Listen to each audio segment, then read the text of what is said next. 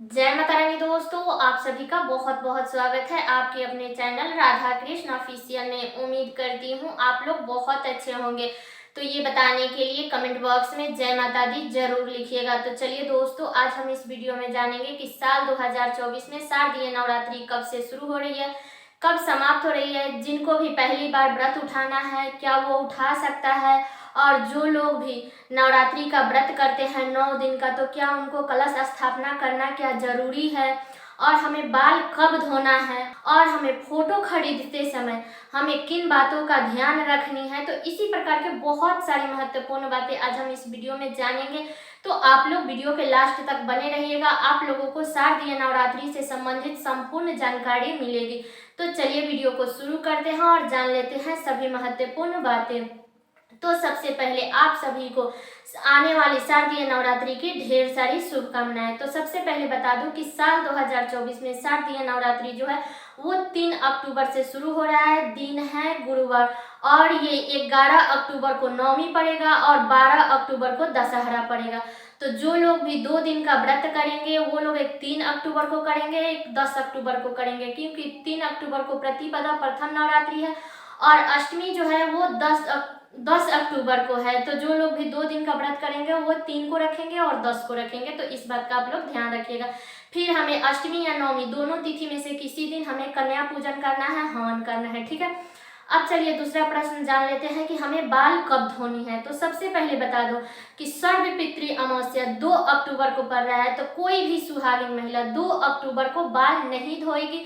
इस बात का आप लोग ध्यान रखिएगा कि अमावस्या के दिन और पूर्णिमा के दिन सुहागिन महिलाओं को बाल नहीं धोना चाहिए, ठीक है।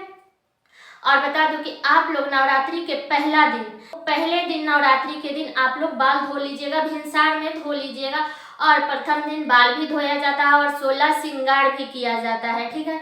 तो उस दिन आप लोग 3 अक्टूबर को बाल धो करके स्नान कर लीजिएगा। इसके बाद में 16 श्रृंगार कर लीजिएगा। सिंदूर, बिंदी, चूड़ी, महावर ये सब करके ही हमें माता रानी की पूजा करनी है। इसके बाद हमारे यहाँ जो होता है वो मैं बता रही हूँ। इसके बाद में हम एकम के दिन कर लेते हैं। इसके बाद एक ही बार हम सिंदूर कब लगाते हैं, तो सप्तमी के दिन, जब माता रानी का आंख खुलता है, जब उनको सिंदूर लग जाता है उसके बाद ही हम अपना सिंदूर लगाते हैं। तो इसलिए आप अपने घर का नियम देख लीजिएगा। जो हम लोग करते हैं वो मैं बता रही हूँ। तो अगर आपके यहाँ कितने लोगों के यहाँ है जो अपना प्रतिदिन लोग लगाते हैं, लेकिन हम लोग नहीं लगाते हैं, एकम के दिन लगाते हैं और सप्तमी के दिन लगाते हैं। तो आप लोग प्रतिपदा के दिन आप लोग बाल धो सकते हैं, किसी प्रकार का कोई दिक्कत नहीं है। लेकिन आप लोग सर्वपितृ अमावस्या के दिन आप लोग बाल मत धोइएगा, इस बात का ध्यान रखिएगा।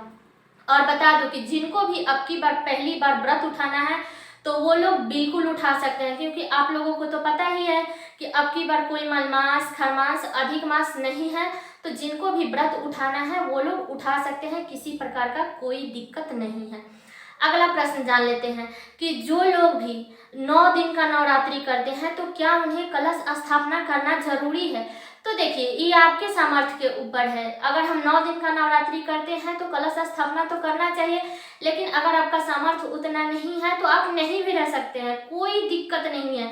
बिना कलश स्थापना किए भी आप 9 दिन के नवरात्रि का व्रत कर सकते हैं, कोई दिक्कत नहीं है, ठीक है। अब चलिए जान लेते हैं कि जो लोग भी 2 दिन के नवरात्रि का व्रत करते हैं तो क्या वो लोग कलश स्थापना कर सकते हैं। तो जी बिल्कुल कर सकते हैं, किसी भी प्रकार का कोई दिक्कत नहीं है।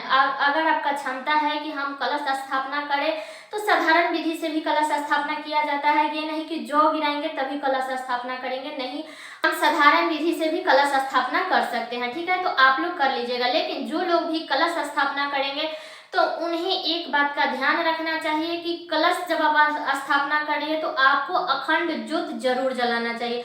अगर आप सक्षम हैं तो ही कलश स्थापना करें, नहीं है तो मत कीजिएगा, ठीक है। लेकिन कलश स्थापना अगर आप करिए तो आपको अखंड ज्योत जरूर जलाना चाहिए, इस बात का ध्यान रखिएगा। और बता दूं कि जब भी आप अखंड ज्योत आप अपने घर में जलाएं तो आपको घर को सूना नहीं छोड़ना है। आपको हमेशा घर में किसी न किसी फैमिली सदस्य को रहना है और हमें बार बार देखते रहना है कि कहीं हमारा दिया बुझे ना, क्योंकि कलश जब भी बैठाते हैं तो कलश अंधेरा में नहीं रखना चाहिए, हमें अखंड ज्योत जरूर जलाना चाहिए।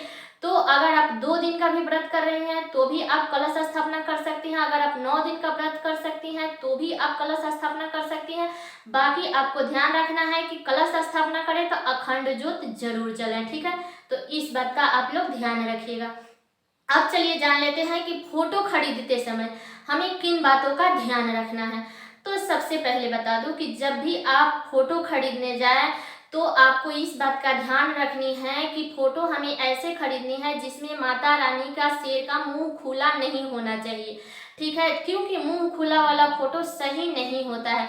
अगर आप पहले से खरीद करके रखी है, उसका मुंह खुला है, तो या तो आप उस मुंह को ढक दीजिए कपड़ा से या पेपर से, आप वहाँ पे चिपका दिए तो वो मुंह बंद हो जाएगा।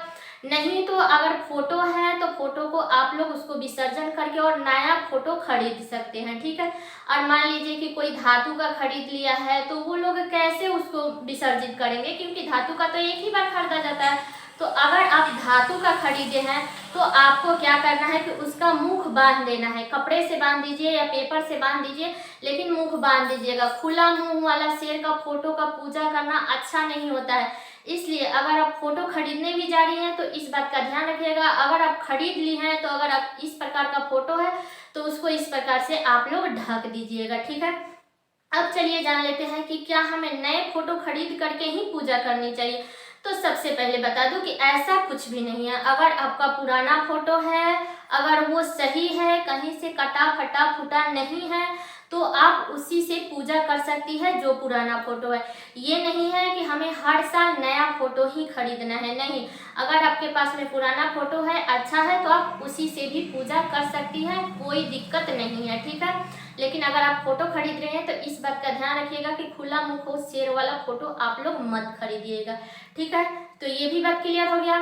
अब चलिए जान लेते हैं सर्वपितृ अमावस्या कब है। तो बता दूं कि सर्वपितृ अमावस्या है 2 अक्टूबर को, दिन है बुधवार। तो इस दिन तो पहला कार्य सुहागिन महिलाओं को बाल नहीं धोना है। इसके बाद में जो भी अपने पितरों के निमित्त कुछ भी करना चाहते हैं तो इस दिन आप लोग अमावस्या के दिन कर सकते हैं। क्योंकि बहुत सारे लोगों को रहता है ना कि तिथि याद नहीं रहती है, तो जिनको तिथि याद नहीं रहती है तो वो लोग अमावस्या के दिन जो भी अपने पितरों के निमित्त कर सकते हैं वो लोग अपना कर लेंगे। और इस दिन पीपल वृक्ष में पूजा जरूर करनी चाहिए, क्योंकि अमावस्या के दिन पीपल वृक्ष की पूजा किया जाता है, ठीक है।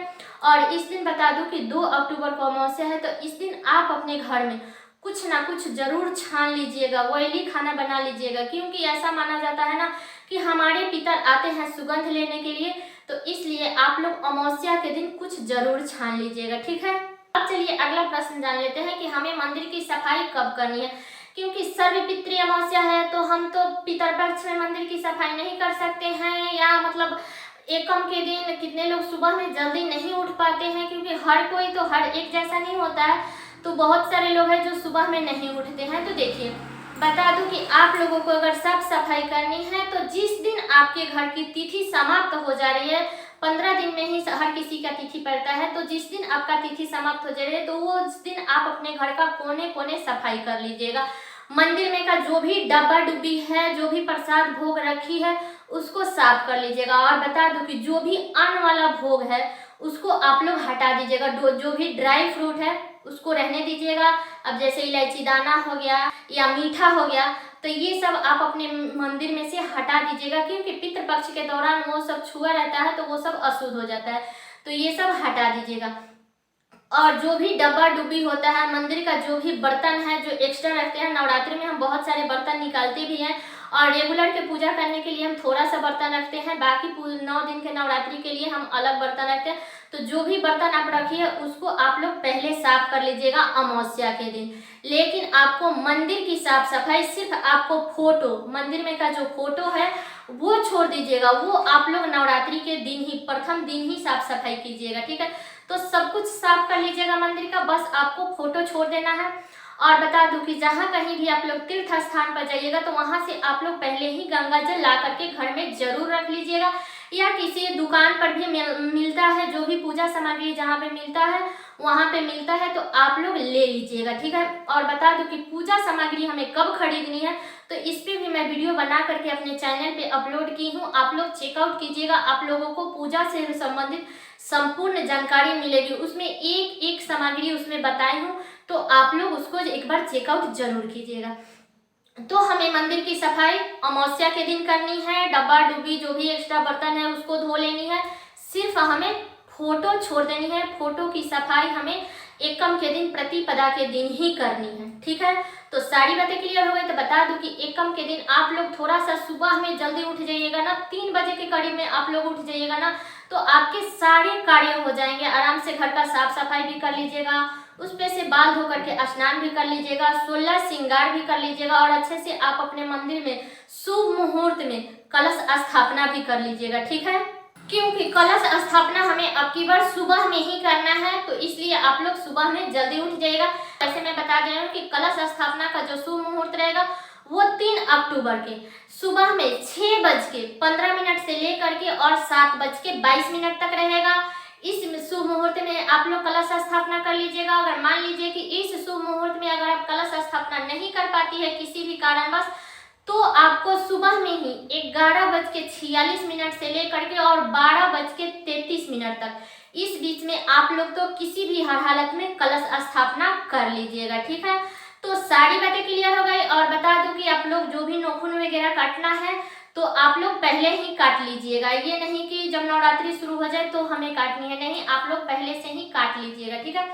और मैं आगे और भी वीडियो बनाऊंगी कि हमें प्रतिदिन कौन कौन से कलर पहन करके हर माता के हर स्वरूप की पूजा करनी है, प्रतिदिन भोग प्रसाद हमें क्या लगानी है, तो इस पे भी मैं वीडियो डालूंगी। तो इसलिए आप लोग मेरे चैनल को सब्सक्राइब जरूर कर लीजिएगा, ठीक है। तो सारी बातें क्लियर हो गई। तो उम्मीद करती हूँ कि आप लोगों के लिए वीडियो बहुत उपयोगी होगा। तो ये वीडियो मेरा यहीं तक का था। कैसा लगा ये वीडियो आप लोग कमेंट करके जरूर बताइएगा। चैनल पे नया है तो सब्सक्राइब कर दीजिएगा, बेल आइकन को प्रेस कर दीजिएगा, जिससे मेरे वीडियो का नया नोटिफिकेशन आप सभी के पास में सबसे पहले पहुंचे। और वीडियो को लाइक कर दीजिएगा, क्योंकि आपकी एक लाइक से मुझे बहुत ही हिम्मत मिलती है। इसलिए आप लोग मेरे वीडियो को लाइक कर दीजिएगा और वीडियो को शेयर कर दीजिएगा, ताकि हर किसी को शारदीय नवरात्रि से संबंधित संपूर्ण जानकारी प्राप्त हो सके। तो इसलिए दोस्तों मैं ये वीडियो सबसे पहले बना रही हूँ, तो आप लोग खूब शेयर कीजिएगा, ठीक है। तो चलिए दोस्तों, मिलती हूँ अगले वीडियो में किसी नए वीडियो के साथ में। तब तक के लिए नमस्कार।